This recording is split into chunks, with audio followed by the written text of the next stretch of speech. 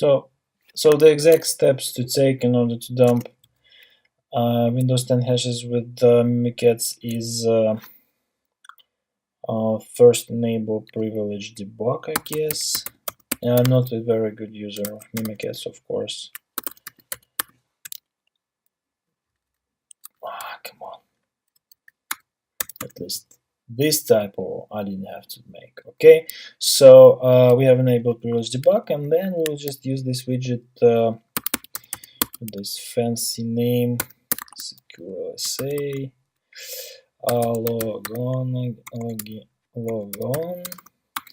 passwords. Okay, oh yeah, from the first try. Here we have multiple sections of data, right? So for example, this is our current user, and it doesn't have a clear text password shown.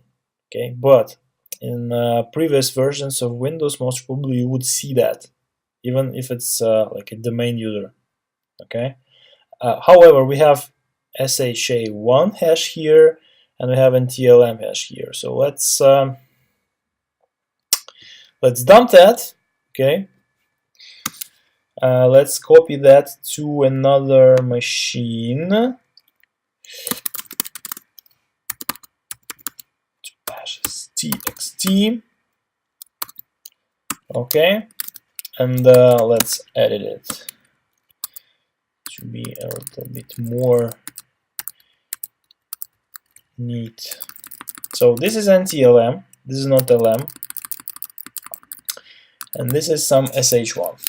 Okay, so let's first look at John. So John the Ripper by Solar Designer and the team.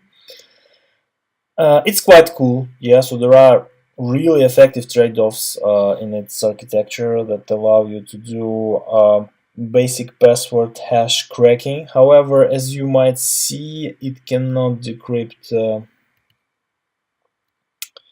NTLM. Okay, only LM hashes, and the LM is not present in Windows 10. So you can put that format here to specify. You can do it on a single run, right, until only the first hash in the file is cracked, to stop all operations and report that. You can provide word list to it. You can mangle those rules. You can use different rules. You can mangle those passwords, passwords options in the word list by mangling it by the rules you create, and you can do that incremental and so on. So you can pass it to std out and then pipe with another cracking algorithm or cracking tool. So this is quite a cool thing to have in your toolkit. However, it doesn't crack NTLM. So what should we do? Let's go see what hashcat can do for us.